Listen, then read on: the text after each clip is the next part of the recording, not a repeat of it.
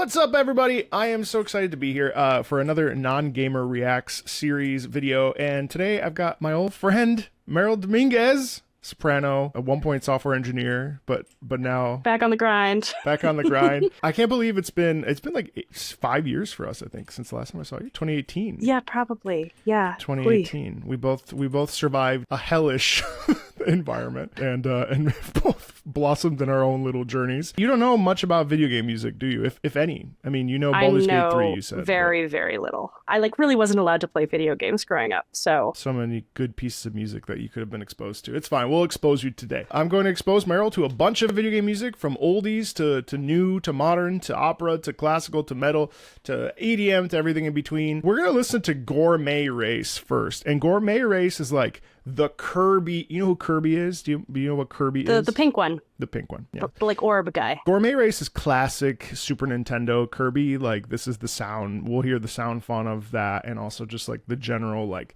the ethos of Kirby. Like, it's evolved a lot over the years, but this is definitely like classic Kirby.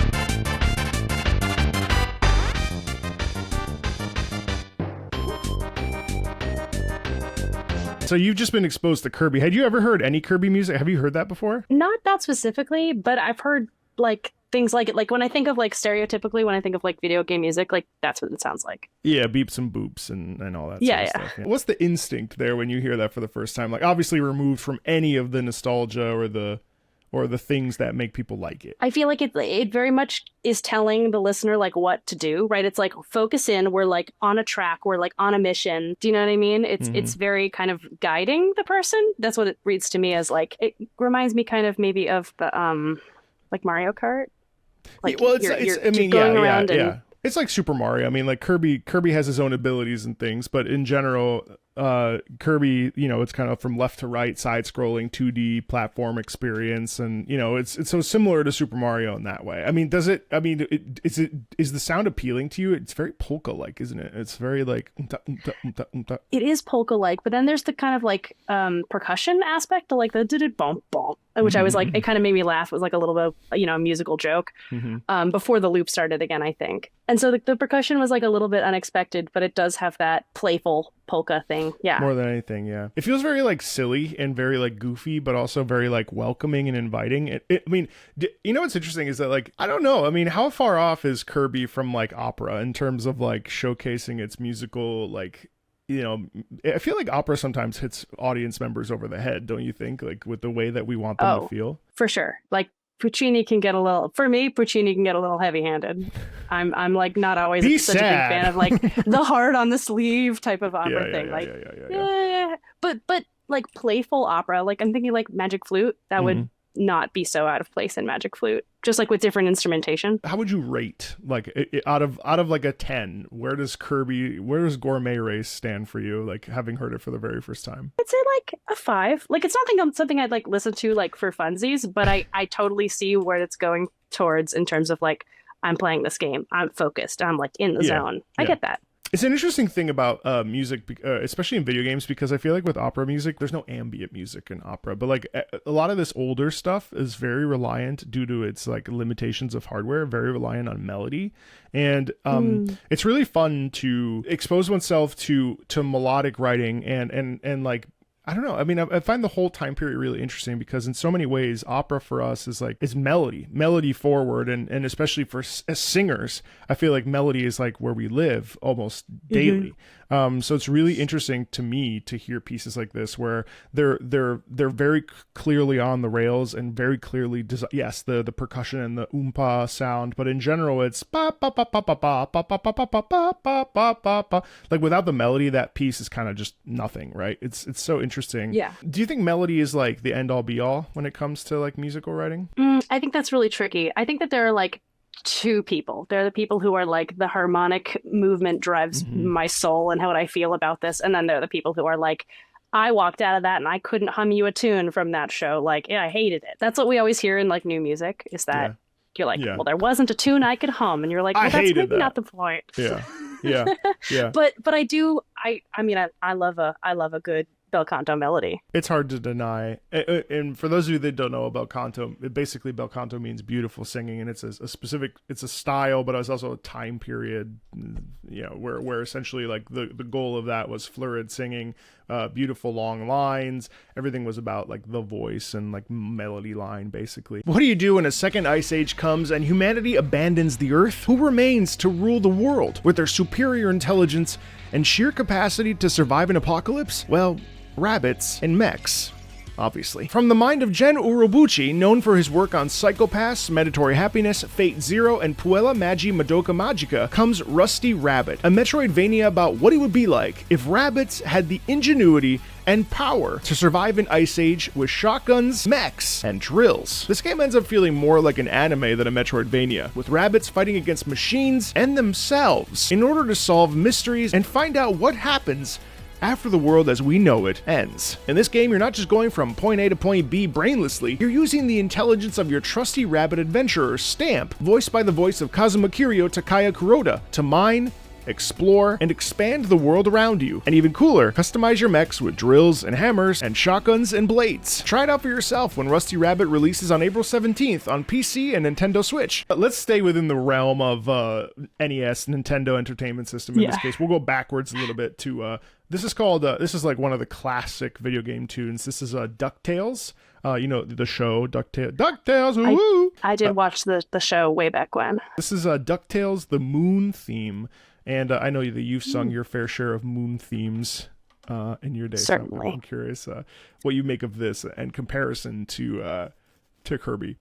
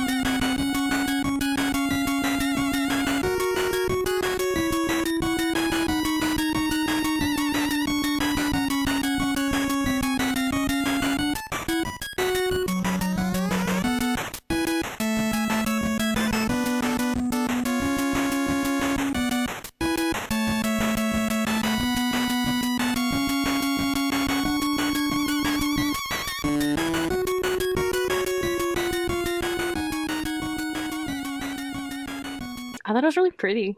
And you can hear, like, there are some ways that they make it's 8-bit, right, is what the kind of style is called. Yeah. There are, like, some differentiations in how they make the sound where, like, one has, like, a little bit of vibrato. So you can hear it's, like, supposed to kind of sound like a string instrument, which I really like, that the kind of differentiation of the kind of different tones that they had. Yeah, I really appreciate that as well. And I think more than anything, what really stands out to me, I think, again, is that melody line. Well, actually, the bass line is really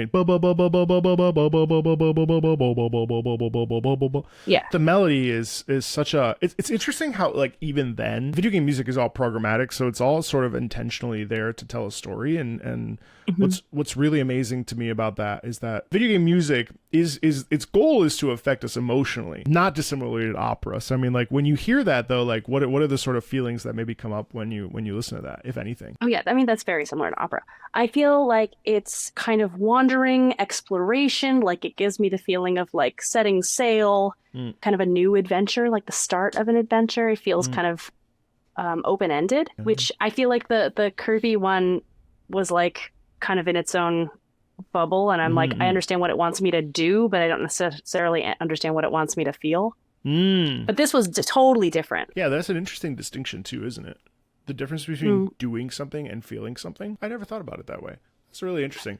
But it's interesting though, because for me, it's like reflecting on a journey, or like smiling on a warm summer day, or like things are really looking up. And you know, I think one of the things that people don't understand about what we do as singers and is that basically like we sit all day contemplating what composers want us to feel. What should I feel, and what should I try to make you feel, right. Even though I can't be feeling that because I have to be physically singing. So like I can't be weeping, but I should be making you feel like you should be weeping.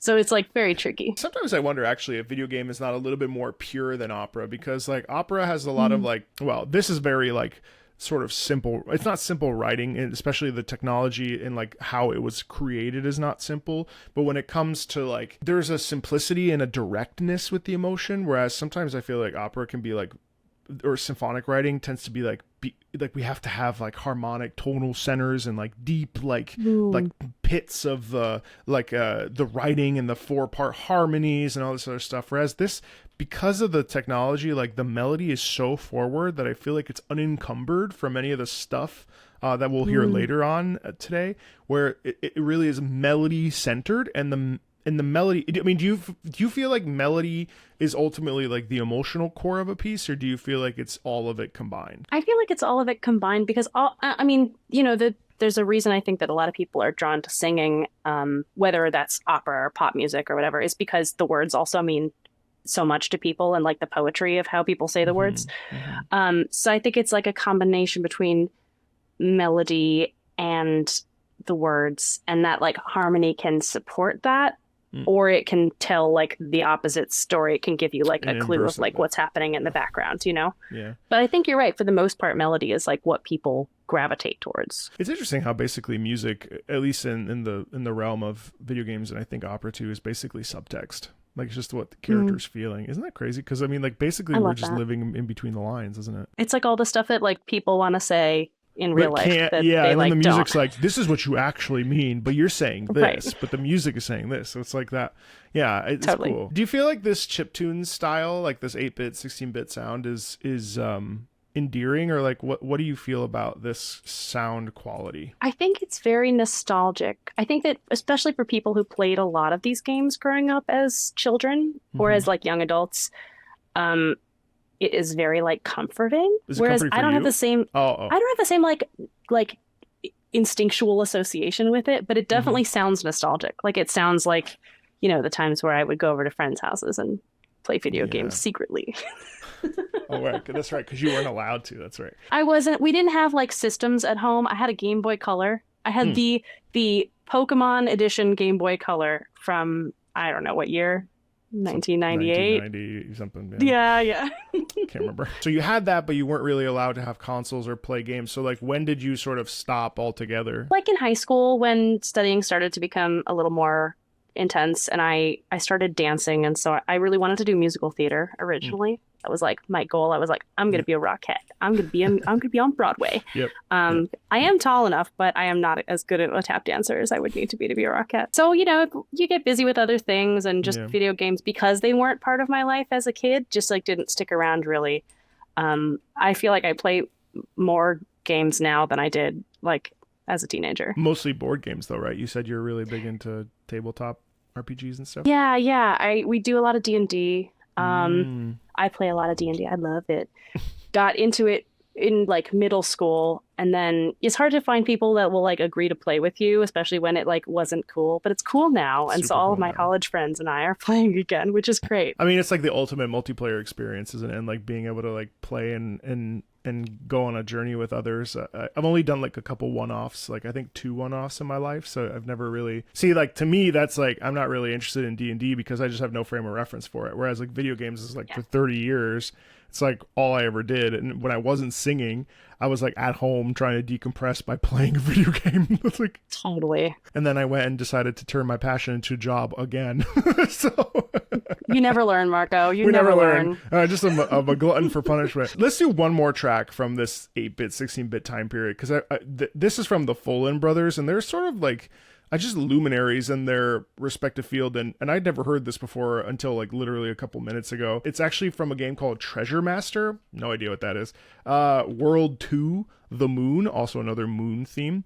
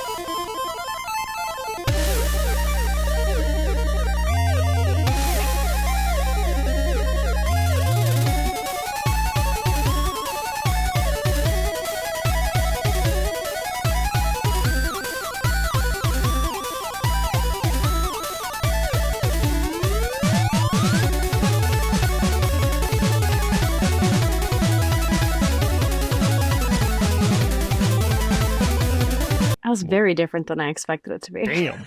Damn. I heard like all of 10 seconds of it and I was like, I'll book that. And then actually like listening to that, I was like, holy shit. Well, I mean, the Sullivan brothers like consistently it's just like, there's that really funny video where it's a drummer in an outfit, like a mascot outfit, and it's like overqualified for the job or something. And it's like at a children's party and he's just like slamming on the drums, like wailing away. Yeah. That's what it feels like. I mean, like that's a crazy piece. Well, let's talk about what you thought about it, and then I'll talk about what I thought about it. I was like, this feels like I'm listening to a dubstep remix of something. Yeah. All of a sudden the bass dropped and I was like, I don't think that they had that kind of sound in the palette. It was surprising. Yeah, I know. Also, there was like a tempo increase as it shifted into the repeat at the loop, which I was sort of super caught off guard by, because like normally that just doesn't happen. It's just like a loop, right? But like there was like smooth transitions and like, I don't know. Also, like what I found really interesting was I don't know if you picked up on this too. I'm sure you did, but the arpeggiations, the symbolize like space or the moon. I was like, what? Totally. It was crazy. And there was this like interweaving of these two parts that were like kind of call and response for a bit. Yeah. Which I like couldn't tell. It felt very 90s. We were just talking about the 90s, right? It felt very 90s nostalgic. I was like kind of Y2K vibes. But like extremely polished. Like that's the thing that really caught me off guard, is that you sort of expect a certain sound, but that really deviated completely. And actually like it also caught me off guard. I was like, oh, okay. This is legit. I like that one. I would go for like a 8. It's nice to revisit these themes, and especially with someone like you who hasn't necessarily played a lot of games or really like any games at all besides like maybe 3. To hear that soundscape from back then, I think it's really important to highlight it and talk about it. I think a lot of times it's an interesting problem that we're facing in the game music world, is that the games industry moves really fast, and so there's a tendency to really quickly move on from certain things, and there's like a swath of the population that really feels like this is video game music, right? And I don't think that those people are wrong, but there's also like at this point there's 40 plus years of history, and I feel like if we don't talk about it, it's kind of like when we talk about like early music, where it's like early music's really important, but everyone gets so caught up in like Verdi, Puccini, like, you know, Mozart, that we forget that there's like Monteverdi and like, you know, classics and stuff that we can easily like forget. What do you think about that? I mean, like, you know, in terms of not necessarily music restoration, but like keeping track of older stuff. I mean, do you feel like it's important to hold on to, I mean, I guess even opera itself is older stuff. Yeah, for sure. No, opera is like historical performance. I had some friends in college who were like specialized in historical performance and played like, you know, antique instruments that like were strung the way that they were strung in the 1600s and stuff like that. And like, I understand that because it's a museum, right? Like you're performing a museum piece in the way that it would have been heard at the time. It's an experience for people to experience that as kind of a time capsule. But like, we're doing the same thing in opera. Ideally, like we're trying to do the same thing. Whether the production is updated and you're in modern clothing or whatever is kind of irrelevant, because they would have been doing the same thing, you know, 200 years ago. Do you think it's hard for people to buy into that idea of the like museum piece? Like, do you feel like modern music will ever overtake the museum piece like realm? I've been out of it enough where I don't actually know how the contemporary composers are sounding these days, but they weren't sounding especially great when I was still in the middle of it. Here's my like soapbox about modern opera and like contemporary music, is that like we need to allow people to make bad music. Bad music has always existed and will always continue to exist. And so you can't like go to every piece at being like, this has to be like the new best thing. Otherwise, like I hate all music, right? Like that's just not how it works. You listen to an album and you have like your 2 top songs, but you're not like, the artist is crap because I hated, you know, 2 songs on their last album. Right. So it's just that composers, I think, get fewer chances. They don't get to make an album. They get to have their one piece that's premiered at this like one small symphony. And if it doesn't like make a splash and everyone loves it, it never gets played again. Because of like, the money. Mozart, because of the money. And like Mozart wrote like 40 operas. Haydn wrote 40 operas, which we never hear of. We only do like 8 Mozart operas tops. Yeah, we like with any sort of Mozart's like a hero and the prodigy, and he, I mean, in theory he is, but you're right. There's there's no wiggle room for like the ones that suck. Yeah, he wrote bad music. Like I just feel like there's this kind of incapacity for people to like deal with bad art, and like bad art should be fine and part of the process. But what makes bad art to you? Like this is a problem I often have, and I've actually people have said that I'm too positive because I don't necessarily provide critique and stuff, and I think part of it's just like the trauma of constantly being critiqued from grad school and beyond. Like it's like, well, I don't really, why should I? What is the good of just like putting something down, or like, because there's constructive criticism, which we understand is like from a place of love and a place of desire for growth, and then there's just critique for the sake of critique, and I think like those two are not the same. So like what's the difference between bad music in your opinion? Obviously, like what's the difference between bad music and good music to you? For me, bad music, and I put that in quotations because like you said, it's just opinion, and that's the thing on all these critiques, right? Is like, does it matter if I give my opinion? Like if a friend of mine asks, like, what did you really think about something? Like, you go see a show, I'm going to tell them. And it might be like, I hated it. I thought the story was like totally unfocused. I thought the main character like seemed like she was bored, you know, whatever it is. But like me putting that out there professionally doesn't always make sense, because like it's not the actress that I didn't like specifically, right? Or it's not the theater company that put it on that I didn't like. So it's hard to balance positivity versus like constructive feedback versus like just feedback. I mean, to me, what makes bad music is kind of unfocused. So like not a clear point of view. And I think a lot of companies nowadays and like modern operas that I see, they're trying to do too much. Like there's a lack of simplicity, and simplicity is like so hard to accomplish, right? Because ideally it takes a lot of work to be like I have funneled everything I feel and think about this one thing down into this gem idea, and that's what I'm putting forward, as opposed to like, here are all of my ideas and feelings in one place. And like, an audience can't get all of those things. They can get some of those things, but like, you're gonna come off as kind of scattered. It's such an interesting point you make, though, because there's such a like delicate delineation between scattered, overly simple, like a good piece can be very complex dynamically, not in terms of volume, but in terms of like how it's layered, how it's structured, how it, the harmonization underneath, the instrument choices, so on and so forth. Like, that can still be simple, even though it has like a lot of things involved in it, versus something that doesn't actually make sense. There's just too much going on, and you'd feel like you can't get a pulse on it. And I mean, ultimately, like, I think any composer worth their salt is composing usually from a place of an emotional connection with something. And so if it's not there emotionally, and our job as an audience is to interpret it as such. And I feel like if it's not there emotionally, then what is it but just like a sort of, well, for lack of a better term, masturbatory.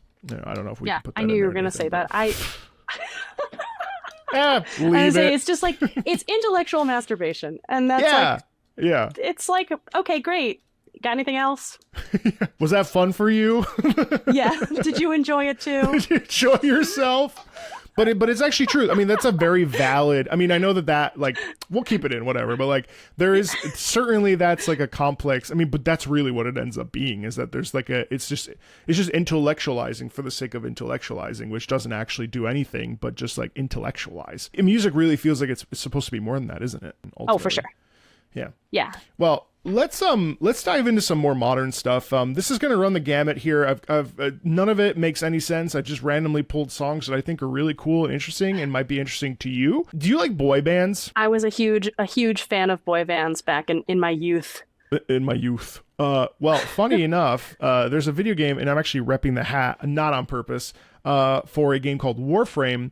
And Warframe has changed its identity about 100 times in the last 11 years. And it's a great game, a great community of people, and they just released a 1999 themed expansion, which I'm not necessarily crazy about, but there was one particular song. They have a boy band, an in-game boy band, so a diegetic musical experience called Online, Onlyne, and this song is called The Great Despair. Please stay. Don't put up the flame and run away. In this heartbreak, I'll be here fighting for you, with or without you. Wide awake, with all the things I know that I should say. I thought I could take more than I really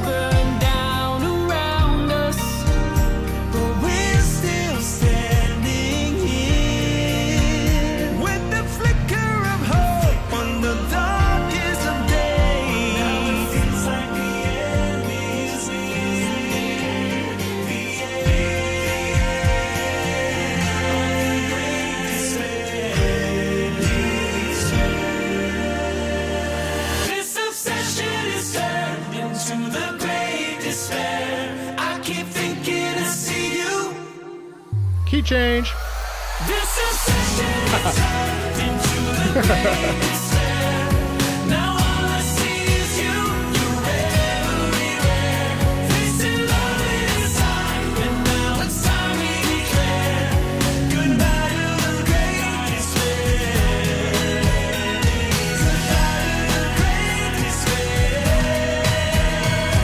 Goodbye to the greatest fair. So does that fit your criteria for your boy band background? That's so cute. I would be such a teeny bopper listening to that. Yeah, for sure. I was waiting for the like climactic key change. Of course. And it really hit me hard. It was good. It was a good one. There's such a difficult line between like pastiche and making fun of something and actually like honoring it. I feel like that really does like nail it on the head. The tight harmonies, the interchanging of voices, like I'm surprised that that's like from a video game, just because I could hear that on like an old forgotten, CD-ROM that I found, in my car CD-ROM thing from years and years ago. Yeah. And so like to make that for a video game to like be part of the like immersive world of the video game, it's like very cool. Very, very cool. Yeah, and the fact that it also like the lyrics are actually like pertain to the plot. Like that this is the crazy thing is that the density, like catchy song, fun song, but also like it lives within the game. Like you hear it, you can hear it, you hear it at your computer in the game all the time, like a lo-fi version of it. And then it plays at a pivotal moment of one part of this particular story in Warframe 1999, this new expansion. And it's all about what's happening, and what has happened and what will happen. And it's because there is despair in the moment. And so it's cool how not only is it like a perfectly legitimate piece of music that exists like for fun, but it also like tells an actual like active story for the game experience, Yeah, I love that. That's where gaming, I mean, this is like one tiny example of a more recent thing, but like that's where gaming has gone. So we went from what we heard, previously, and then this is like the modern iteration of like a pop ballad, Yeah. Well, it's like designed to listen to in game. Like it's not ancillary music. It's not background stuff. It's like designed for your character in the game to go and sit at this computer and listen to, which is like kind of like meta and odd. Very, but like I love it. Yeah. Very. All right. How does that rank out of 10 for you? I think that's like up there, 7 or 8. I'm saving 9 and 10 for like just blew my mind. Never experienced that before, but I like this one. I had a bit of a freak out not too long ago. So there is a game that I really like called Wuthering Waves. It's a really neat game, and it had kind of a rocky launch. 1.0 was like okay. I guess it was a disappointment. We could call it bad music in so much that it didn't really like battle themes were not really fleshed out. It felt very, I don't know, everything was kind of neutral and meandered around a lot without any like, what do you want me to feel in this place? I'm not sure what I'm supposed to feel. This is just music here for music's sake. Well, in 2.0, they introduced this area called Rinascita, and Rinascita is basically based off of an amalgamation, mostly of Venice. And there's areas that are Grecian inspired.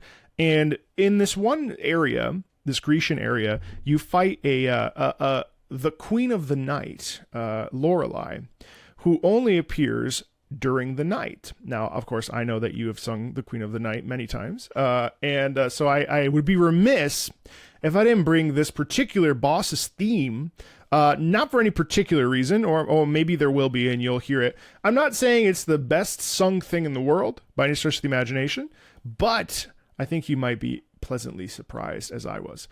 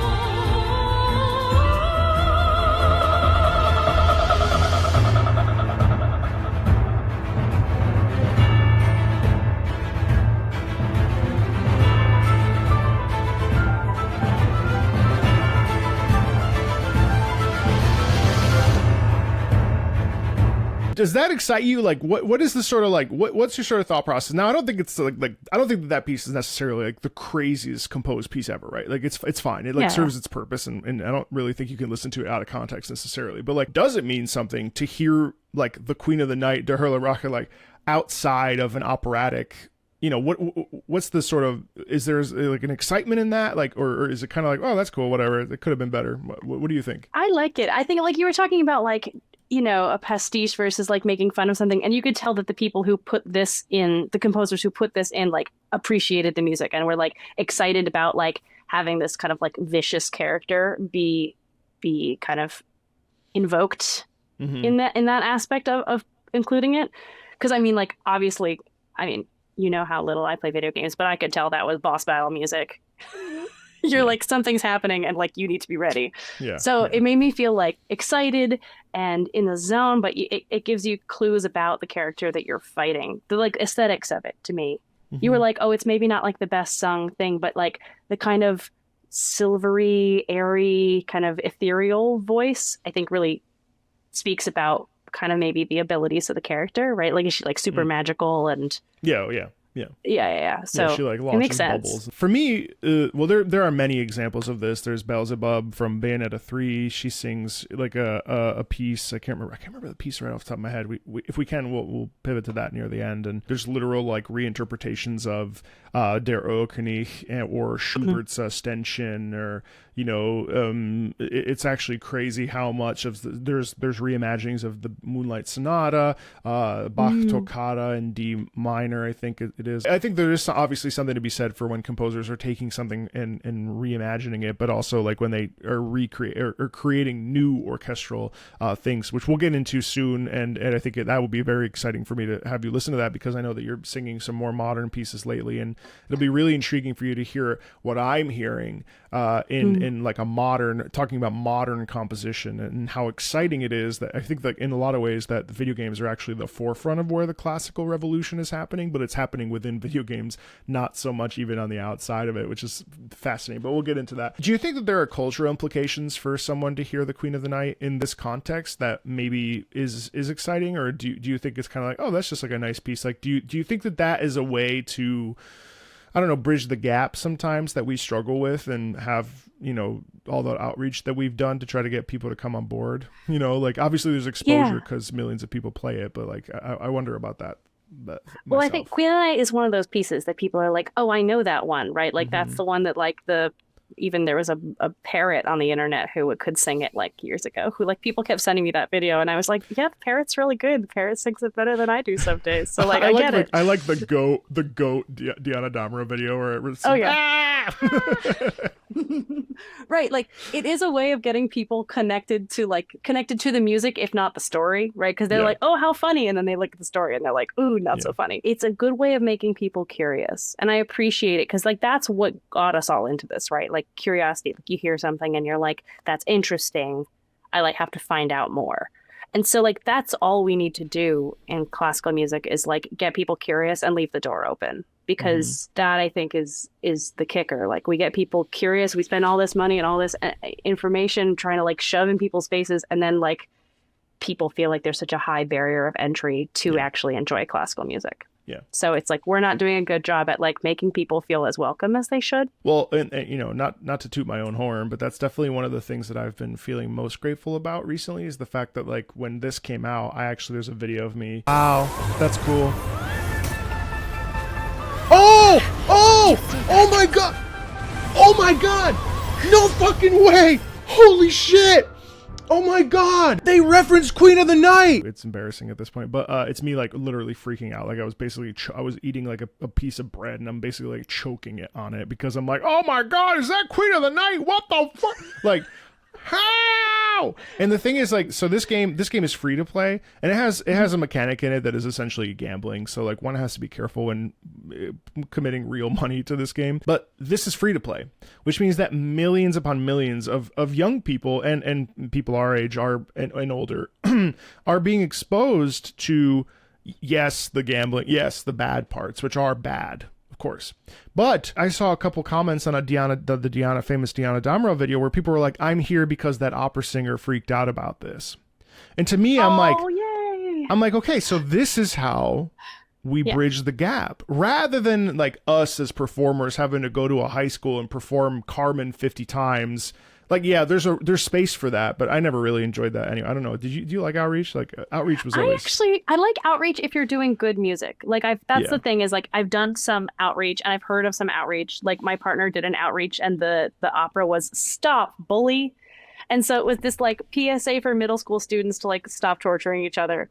And it was bad. It's just of course. And so it's like, why are we going to perform bad music for children? Billy like, Goat's Bluff or whatever that other one is. Yeah. There's another one that's going around. So like, God. I loved going to, Marco and I did some like 8 a.m. shows at, a middle school or whatever. And so like, I actually really liked those because the kids had no compunctions about like standing up and like screaming at the performers, like as they were going. And I was like all for it. We did a Don Giovanni, and there's a moment when Leporello gets slapped by Don Giovanni, and this like group of middle school boys like jumped up like a fight was actually about to start. They like started getting pumped, and I had to like bite my cheek and turn around so I wouldn't like laugh on stage because they were so in it. So like, why are we like dulling down? Yeah. We don't have to dull down music for people to appreciate it. It's just like this. Like, you can take a clip of something pretty much as it is in the opera and remix it and reimagine it, and it works perfectly, and people understand it and appreciate it just the same. Man, speaking of Outreach, you talking about those performances that for whatever reason I erased them from my mind. I was like, we have? And I was like, oh my God, we have. Man. Singing. It was early. I don't know that I ever did a Tabarro live at 8 a.m. I feel like I might have. I feel like those... You definitely did. Because it was 6 shows in a row, plus the dresses. Yeah, I can't remember. We definitely did a Rigoletto live.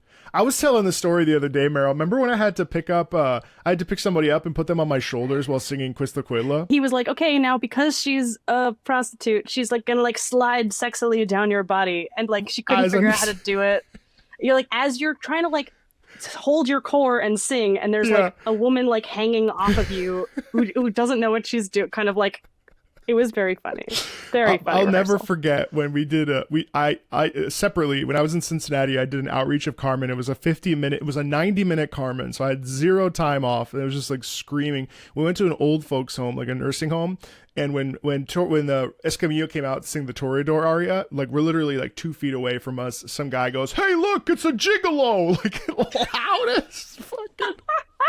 I was like, oh my God, what is this? What is really this chaos? Funny. What is this?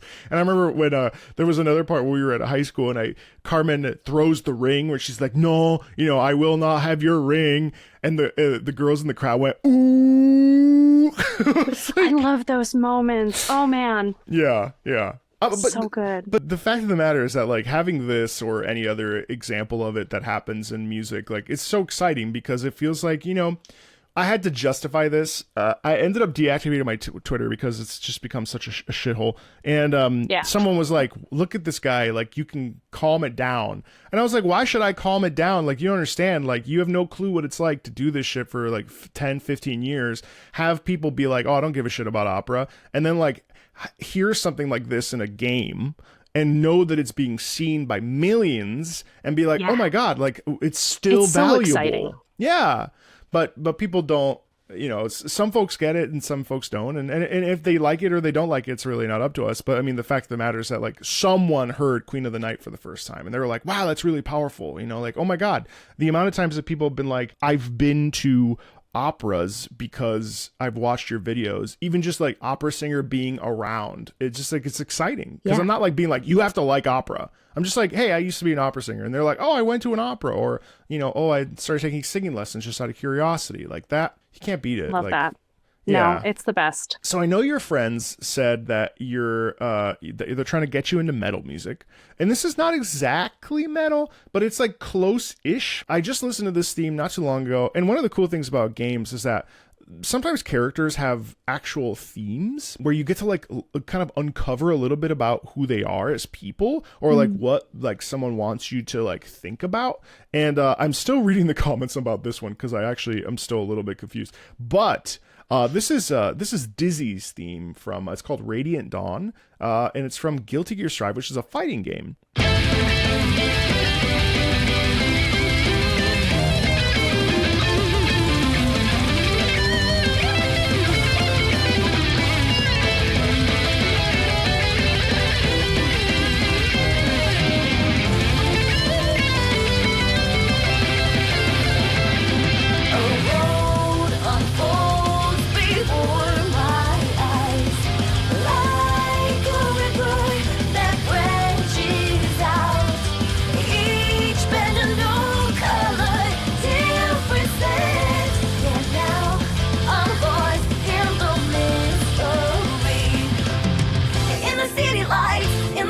faces in the dance of fleeting moments. My world shifts between dawn and night before my shadow lengthens in the twilight.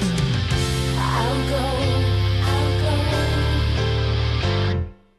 In the sunset, the sky was a place with golden rose. Before the darkness, how you took my hand, carried by the wind. All that changed, rolling the words of tears, fading radiant dawn. I desire nothing from the flowing sands of time. A bolt of lightning shows me where to run. The moon tells us still all that changed. Heart declares home. Bathing radiant dawn.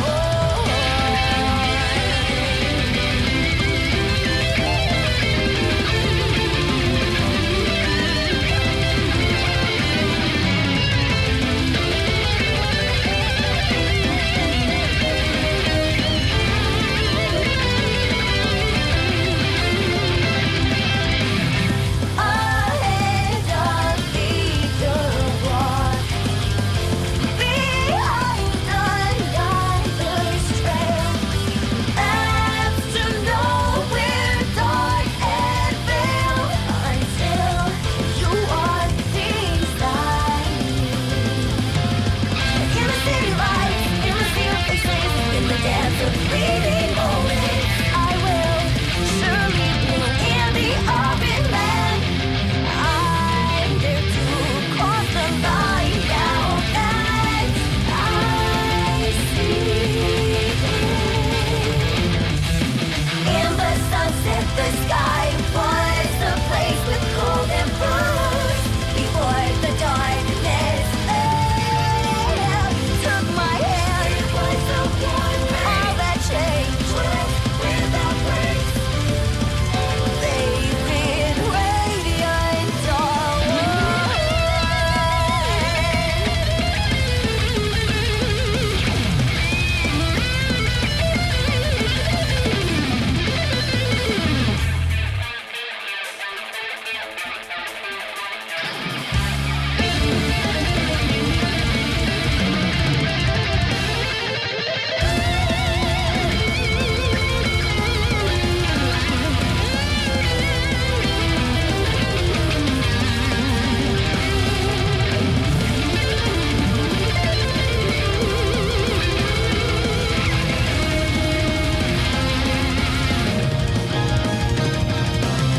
Pushing the sun back to the Big east. genre shift. This happens a lot. Yeah, interesting. The world behind the eyelids remains miserable. But if the past was necessary to find you, I will accept anything. For there is nothing I want more than now. In the sunset, the sky was a place with golden rose. Before the darkness, how you took my hand, carried by the wind. All that changed, rolling the words of tears, bathing radiant dawn. And the way we sing the past and the present, heading for tomorrow. A feeling I can't define. My heart betrays home. My heart betrays home. I will accept anything.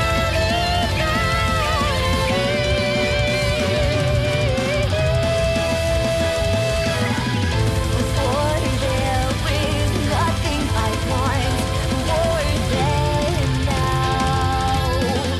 Bathed in radiant dawn.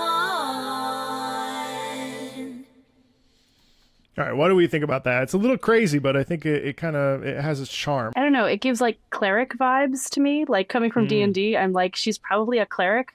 She gives like light cleric thoughts. I'm just gonna kind of give like character impressions, I guess. Yeah. I feel like she like hits hard. If you ever get to interact, I don't know if you get to interact kind of like outside of battle in these I don't types know of games either, yeah. ever, really. but I feel like she'd be like kind of like a nicer character, like sweeter, maybe younger, but like kind of badass in that way. So those are the things that the song makes me think about the character. But I was really surprised because like the voice in the music is in like a totally different genre. It's very like pop, almost like R&B at points, whereas the rest of it is, I mean, like that guitarist was amazing. Oh, it's absolutely It's crazy. sick. Yeah. But it has like the harder percussion and the harder guitar in there, and then like the voice is very kind of melodic poppy. So I like was a little confused. Did it detract, or would you have wanted it to be like one consistent thing, or I mean, obviously it sort of veers in like hyper genre melding, which is sort of kind of fine. I mean, it's like something that happens a lot in video games, but like, was it jarring, like uncomfortable? No, it wasn't uncomfortable. It's just like maybe in like context of the game makes more sense. I feel like outside of the context of the game, I was like, I don't quite like, is that her voice? Also, it was originally written in another language, right? No, that's the language it was set in. Really? So like the poetry's a little odd in how it's set. Yeah, that's consistent. That's consistent. Yeah. Why do you think that is? I think it's just like, I don't know, it's either ambiguous on purpose or like it doesn't, it's like, it's odd. Sometimes it makes sense and other times it doesn't. And like most of the time it's like to the point that it's like almost esoteric in the way it's written, where like you need to be on the inside of something in order to fully grasp it. It's hard to say. I mean, one of the things that I find really interesting is that someone said wedding march plus thrash metal equals surprisingly good combination, and basically it's like metal Disney music, you know what I mean? It's kind of, it definitely is like one of these things where like just like a crazy mix of things, and it looks like, you know, she's extremely menacing and simultaneously melancholic. Yeah, the lore's kind of complicated to explain, but I mean, but the fact of the matter is that like there is like deep lore for these characters, and like I think ultimately the music is supposed to showcase like inherent personality traits, and whether or not we grasp them or not, it's sort of like, I don't know, a lot of the pieces tend to be like this, and there is some interesting variety, but almost always what you're going to get with Guilty Gear Strive is, at least with the more recent tracks, is a very intense sort of genre bending. Having listened to like 7 to 11 of these pieces, I can't remember how many, like there's something really comforting about the fact that I don't know what I'm going to expect, to the point that like when I listen to older themes that kind of are the same kind of rock or whatever, then I feel like I feel neutral on them because of how intense this particular variation is. It's a really interesting thing that I've never really heard. I almost one time I said I'm not sure that the radio is actually ready for this kind of music. It's like too much. Yeah, I think so. Even though it's like exceptionally good and it's very enjoyable for me. Yeah. You know, it's like, I don't know. I feel like a modern audience outside of the realm of the video game scope, like, is just not ready for it. Would you listen to that? Would you share that with your friends? Was that kind of a piece where you're like, I'm good? Like, would you listen to it more than one time to try to get into it? Like, where would you put it? Yeah, I think I'd have to like give it a little bit more time. For me, the scanning of the text and the like odd inflection in English takes me out of it. So I'd have to like listen to know it a little bit better, and then I think I could give it a real go. But I'd show it to my friends who are trying to get me to metal. I'd show it to them and see what they thought too, because like I feel like metal music and people who like metal like really run the gamut of like death metal versus like the melodic metal versus like the Norwegian metal. Like it's so different. So I'm sure that they would have opinions on like where it sits on that spectrum and like the interest because of it. Yeah. Well, and the thing is, like, there are so many variations on metal and all kinds of different genres in games. Like we just simply don't have enough time. Like, this is such a like surface like sort of proposal to you to listen to game music with me. But like right now I'm like, oh, I should play this and this and this. But it's like, well, yeah, but I should. But there's like not enough time to really like have you listen to everything I want you to listen to. But something that's very modern. Okay, well, how would you rank that if you had to rank that? Right now, like first listen, I'd do it like a 4. Oof, okay, yeah, that's fair. Nothing wrong with that. But let's pivot over to something that literally just came out, and this is composed by a really talented composer, Alex Mukala, who actually helped me get started on this channel. Just gave me some insight and ideas, and was very generous, and he's become a good friend. But if you hate the piece, I'm sure he'll be okay with it. This is from a game called Rift of the Necrodancer, and this particular track is called Amalgamaniac. And it's by Alex Mukala, and it features some really cool harpsichord, and there's a bit of synthwave and gothic.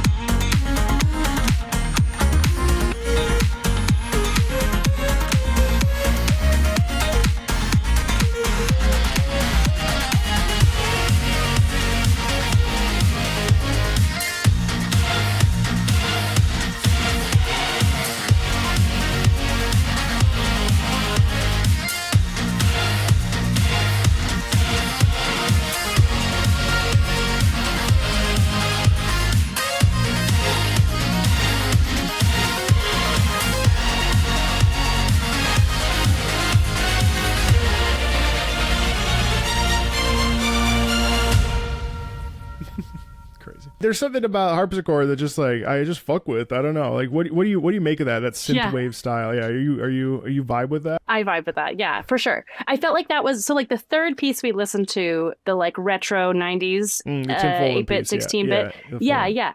I feel like this is the like end result of a journey that took, that like we now have like instrumentation, like we have like strings in a studio, we have a harpsichord, we have some synth, we have a choir, like that kind of, it expanded, but it still has the same like kind of retro to the moon aesthetic, retro space aesthetic. Yeah. I like it a lot. Do you feel like I mean, you sort of mentioned it, but do you feel like there's been a seismic difference in the way that music was, 30, 40 years ago versus now? I mean, and do you feel like the structure is the same? But the music, obviously, it's come a long way with digital media and programs and stuff that create it. But like, what's your sort of like perspective, having sort of gone from that older sound that beeps and boops to now? Does it feel like there's a difference? I feel like the structures similar. I feel like we can break more of the rules now because like there's been a lot of like super structured music in the past, and so like people are starting to like try to get out of that. But like a lot of people still rely on kind of themes and repetitions and, you know, stuff like that. So it's the kind of the basic building blocks of it are similar, but the blocks we're using are different, have a more different material in them and stuff. So we're using more interesting technology. It's an interesting thing. I mean, you know, because there are folks that will say like, well, the only music that's really worth its spit is classical music, or the, you know, or like things out of the context of like, you know, hard rock that's from Nine Inch Nails or Pink Floyd, and it's like, well, there are. In my mind, there are so many good composers that are writing music that it doesn't exist because it's all digital or like where we can't physically feel it, or we don't necessarily get to see it live, even though there are certain. Right now, video games are sort of sequestered to their little like video game music concerts, which are super popular, really important. But like, I'm dreaming of the day when music from video games and classical music integrate, or where we start doing, you know, dance concerts where we're mixing in stuff like this with like whatever EDM, like Tiesto or what have you. Like that will be a very cool, and I know it's starting to, but I think we still have probably another 5-10 years to go. Do you feel like you enjoy music for music's sake, or do you feel like it has to be and it's like stay in its lane? I enjoy music for music's sake, and I enjoy genre bending music. The issue that I have is that I really primarily enjoy seeing music live, which, like, you know, sometimes you're just shit out of luck, right? Like you're like, I'm home and, you know, there's nothing really happening around. So like that's mostly what got me into classical music, is like going to see it. And so I would love to see something like this live. It's been on my bucket list. There's an orchestra not too far away from where I live sometimes that does like classical music and video game music. Like they do kind of a blend of stuff. Oh, they do? That's amazing. Yeah. They do some like kind of trad pieces, and then they do some video game music, which I was like, this sounds like a really fun night. Oh my God. So I'd love to go see that. Yeah, right? Okay. Not everybody can either go to the orchestra for millions of reasons, whether it's financial or unavailability or scarcity or simply no interest. But I mean, like what is it about live music to you that is so meaningful? For me, it's really like a sensory thing. Like you feel the vibrations in the room. Like it's the energy of having people donate their energy in part of performing, and the audience gives their energy back. And so it's this like communal aspect of like actually being in community, like physically with people, which is part of why I do what I do. There's nothing worse than a performance where the audience gives you no energy and you're just like, I'm just kind of like just trying to keep this alive, and you can like feel it dying, and you're like, no. So like that's why a lot of people do what they do. It's not necessarily for like adulation or applause or whatever. It's like for the communion of people in a space, giving energy to one thing. It sounds very woo. But you don't know until you've experienced it, and that is absolutely true. Like there's a quality to, you know, being present that means a lot, and being aware of another person's like expression and giving of themselves is a very powerful experience. 1,000,000,000%. I'll be very curious to hear what you think of the classical pieces that I've got prepared for us today, because a lot of them, you know, are classically based. You know, like that's really what there is to it. So I'm really intrigued to see how you'll respond to these. So there's a game that came out called Babylon's Fall, which pretty much died on impact. It's really interesting. It like I don't know, like there were issues and it was out and it kind of just pittered out. I'm prepping a video essay for it because I find it fascinating, and I tell you that it has the best classical writing that I've heard in modern times. Like if this is postmodern romantic meets classical Mozartian music, it is crazy. And this particular track is called Prelude to Reclamation. And I don't know why this soundtrack goes as hard as it does. It is absolutely insane.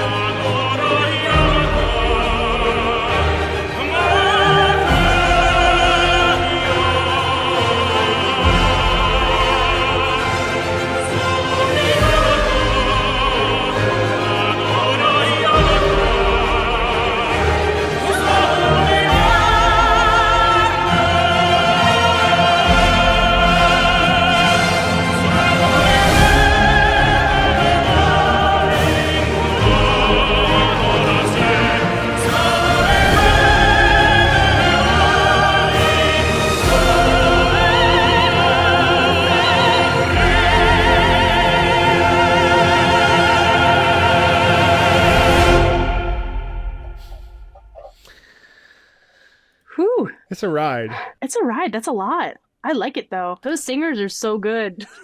Oh, crazy good, right? I mean, like, whoa, crazy good. That game released in March of 2022. It's modern writing, like, yeah. So, okay, well, like, what do you think about that piece, like, as a piece of classical media? Well, first of all, like the orchestration and the instrumentation, I was like, it reminds me of Wagner, Mahler, like the thickness of it and the amount of horns. But then it kind of transformed into kind of a more Italianate. More romantic sound, kind of Bellini-esque, especially when the chorus came in the kind of the middle section. Yeah. So it had yeah, right. It was really and very beautiful.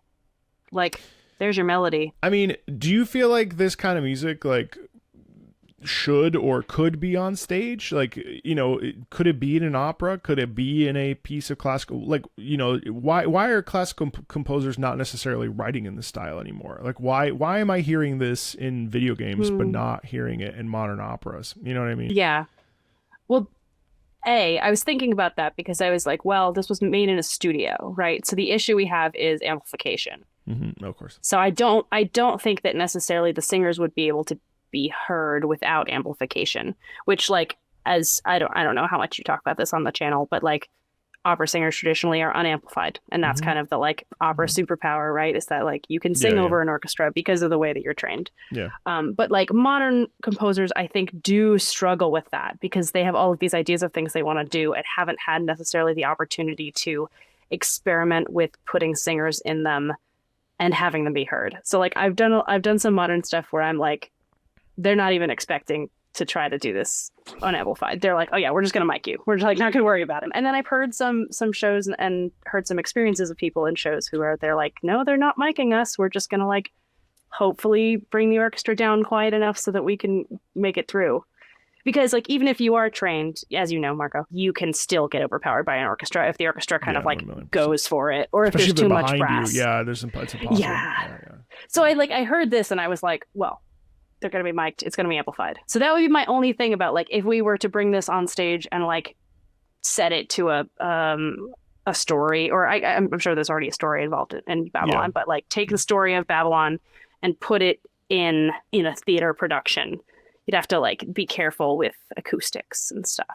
But I could totally see it thematically fitting. You could. So it could exist in a it is technically a classical composition. Oh yeah. I mean, I find the distinction really interesting, though, because I've had some conversations where people are like, well, it's interesting how we essentially evolved technologically, but then end up doing something from like 200 years ago. And then we never really escape. Like, is that really advancing the evolution of music? Like, is that really moving the needle? I don't know. But I mean, like, for me, listening to this, I'm like, man, this is glorious classical writing. Like this is as good as like a Mozart something to me. But then if you say that to somebody, they're like, well, what the fuck are you talking about? Like that's not possible. And it's like, well, sure it is. Like why isn't this good? Like is this a good piece? Like do you feel like this is a good piece of music, or do you feel like it's inferior to like other stuff? No, 100%. It is a good piece. It is epic. I like totally can see what the composer was going for. It's like kind of like a wash of like atmosphere of this game, right? Like you can see the set of whatever kind of, I can see the set of the game and how it would look and the aesthetics of it and like how kind of the characters would function in this world. Like it's very clear. I like the piece a lot. The only thing that I think sometimes there's struggle with is that a lot of these classical-ish pieces end up being more like, especially the big choral numbers, obviously they end up being more like Carmina Burana than you would hear in like a standard opera. Like they're almost always epic. Like there are some pieces, I'd love to play some Skyrim music for you, but unfortunately with the copyright as it is, it's like it's all like super hardcore false claims, and so it's really hard to get on the channel. But Skyrim does something where it's interesting because there's like an ambiance, there's an ambient component, but then every once in a while we'll filter in a melody that then takes the center stage of it, but then we shift back into like a bo, bo, bo, bo, bo, bo, bo, bo. Like it's interesting how there's a push and a pull of ambient, which and ambient music to me really feels like it's like walking music, like the music that we would hear in like a piece where you're kind of just like there's a meandering quality to it. It doesn't necessarily feel very memorable, but then you throw the melody on top and suddenly the melody there has like this, like it makes your ears stand up and you're like, oh yeah, okay. But there is a track that I wanted to play for you. It's in a made up language called the Chaos language, which is really cool. So the Chaos language is an amalgamation of many different, not like Esperanto, but sort of similar. And Emmy Emmis, the singer, she kind of just made it up, and it's yeah, it's amazing. This is basically an art song, a modern art song called Voice of No Return.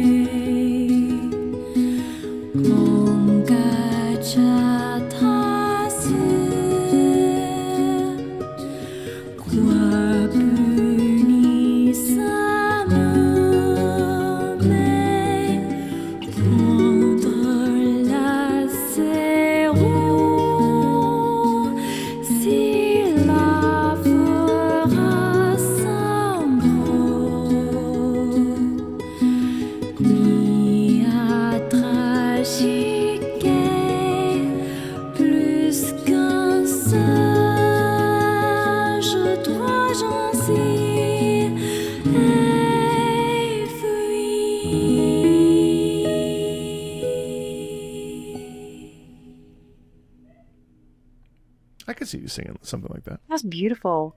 I can see that on a recital. You're totally right. It's an art song. What stands out to you? Obviously, it's like just French, but not quite. Yeah. My brain was like, you know this. And I was like, I don't. No. For 4 years, I had one of the songs from Nier. I had it on my PlayStation 4 background. I would listen to it. And the whole time I was like, I know the words. For whatever reason, these words don't make sense. And then I realized that it was actually written in a different language for the game. And I was like, Oh, for 4 years. I was like, well, it was like 3 years, I think. But either way, like I was like, what? Like weird. Yeah, but what sort of comes to mind when you hear that besides the like, art song qualities of it with the guitar and stuff? Yeah, well, the guitar is so beautiful, and then the harmonics, and I could hear what you were talking about with like the layering of like you have the ambient kind of walking music, and then as you get to a certain place, like it starts to filter in. Like if this song felt very layered, like there's the guitar, there's the solo voice, there's the kind of choir voice thing, and then there's the arpeggios as they start to get a little bit more kind of agitated. Yeah. It's really beautiful. So I feel like you could use that in a way to kind of like increase somebody's kind of depth into the game or into whatever kind of scene you're trying to say. The emotionality or the Yeah, it's like an ease into it, and then like you get kind of swept up in when war starts to happen. Do you feel like the language there like helps or hinders the fact that we don't understand it, and nor are we really expected to? I think it helps. I think it helps because it gives, I feel like it gives her intentionality. Like obviously she knows what she's saying. To me, it's like very clear that like the singer has this kind of melancholy, sweet, sad. I love the breath in Emmy's voice. It's it's beautiful breathy. singing. It's a subtle sort of like very controlled, and it's amazing too, you know, because we trained so hard and for so long to produce a certain sound, which frankly oftentimes can sound contrived or sound almost like we're hiding something because of the way that we're producing like the power behind it and all that other stuff. Like it kind of can feel like a shield sometimes, at least based on my like processing of my own singing it. And what I find so fascinating about this particular sound is how vulnerable it is, and how free of like the artificiality that sometimes operatic singing can lead to. Oddly, it reminds me a little bit of like Regina Spektor. Sure, yeah, I can see that. Like the like really kind of like delicate, vulnerable, like those moments where it's kind of like you can tell the mic is like right in her face and she's singing like this. You know, it's like very kind of specific, pointed. I loved it. Thought it was really beautiful. This track is called Fertile Rondo. This one's got some EDM to it. It's ridiculous. I've heard it once before. It's a crazy piece, but I'll be curious to hear what you think about it. It's from Bayonetta 3. Oh, it's a giant frog. Okay, I've never seen this before. It is a giant frog. Oh, damn. Good evening, mistress. Is this the new recital stage? I know a few singers like that. I've worn that dress before. Such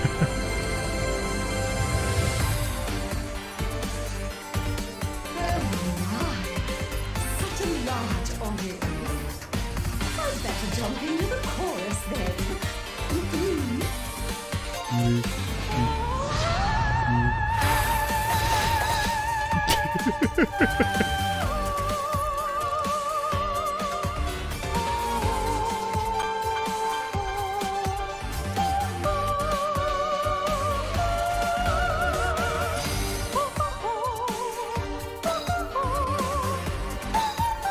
Whoa. Oh, it's a rhythm game. Oh.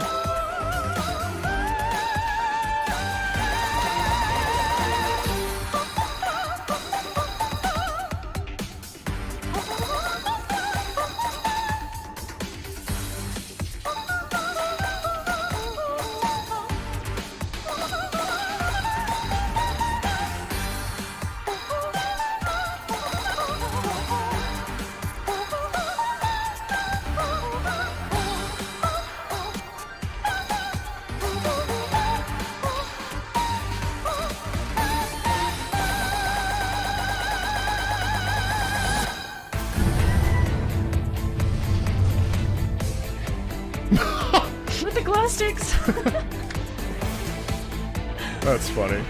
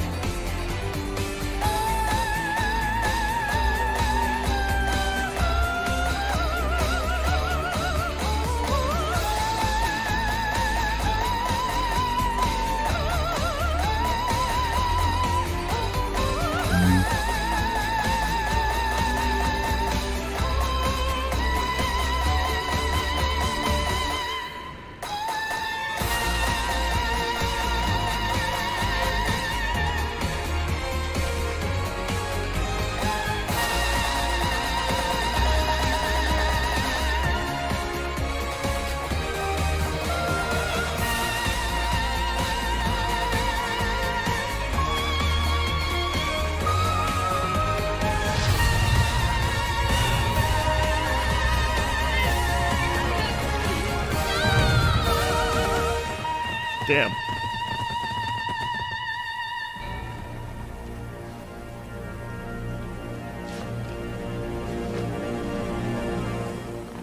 Oh shit. Would you want to sing something like that? Like, would that bother you? I mean, that seems very difficult. I mean, I'd try it. I mean, I see the thing is that you don't know how hard something like that is until you like see it. For me, until you like see it on the page and you're like, ooh, I feel like it'd be hard to learn and fairly hard to sing. You should like set up a challenge on your page though to be like the Bayonetta challenge. Like the Bayonetta challenge. yeah, for sure. Just try to say, oh, oh, oh, oh. Do you like that? Like, is that interesting to you? Yeah, that's fun. Yeah, I mean, it's not I that don't really deep, know. but... Yeah, right. Like, it's not complicated. And I like the rhythm aspect to it to like keep people engaged. But I can imagine how hard that would be to just on a first. This is no obviously damage, like a masterful. About Beelzebub. We've sort of run the gamut. I know these have been kind of random pieces, but I think they've all been pieces that have been pretty fun or showcased one thing or another. But like, how do you feel about video game music, having listened to all of this stuff now as like a primer? Like, does it feel different than what you expected? Like, what did you kind of what were you expecting going into this? I really didn't know much of what to expect. And so like, I think what I've learned is that like the gamut is like so much, like it really, really spans genre and time and kind of like effect, because like a lot of the pieces we listened to were like meant for different purposes in each of their individual genres too. So it was like, it was really eye-opening to see the differences in how wide they can be. Do you think that video game music is like a legitimate, well, should we even call it video game music, or should it just be like what it is? Like, should it just be music? Music that is in video games? Yeah. I mean, I think opera has this issue too where it's like stuff gets kind of put down and poo-pooed just because of what we call it. Like, words have very important meaning. There's a reason we use them. And so like calling it video game music is like a qualifier, right? Right. So like, it is music. If people listen to it, it's music. It is interesting to me though, like how much poo-pooing there is of things that like challenge I mean, I've had people on that have been like, meh, I'd prefer Mahler. And it's like, well, okay, I mean, that's fair, but like, sure. But what makes this not as good as Mahler? You know what I mean? Like, what about it is? Because to me, I'd rather listen to this than like, maybe not Beelzebub, but that's more fun to me than like sitting through a symphony. You know what I mean? Like, but I guess for everyone, it's different strokes. You know, so I mean, I don't know. The whole conversation is really interesting. Do you feel like listening to this music has made you want to explore more video game music? Yeah, I'd be really curious to like. Maybe I just need to get into more video games. I mean, you know what's funny? I got a conductor that I worked with my last gig. He like became obsessed with games, and that's all he plays now. He like, when he's not working or conducting, he's playing like really challenging video games because of their music. I love that. I mean, you know, I mean, it's the same way, right? It's like the musicians getting into video games because of the music, and then they're the gamers getting into music because of the music, right? Music, like we can all just like music. It's all just music. It's all just like music enjoyment, ultimately, isn't it? What is a piece of music that you would recommend a gamer to listen to from the classical repertoire? I feel like Salome is like intense and it moves really. Do you know what I mean? Like it really kind of like drags you in and like commands attention. And the like theme and the story is violent and bloody and fun and has sex involved. And like everyone loves Salome. Do you know what I mean? Yeah. Oh my God, can you imagine someone's first opera being Salome?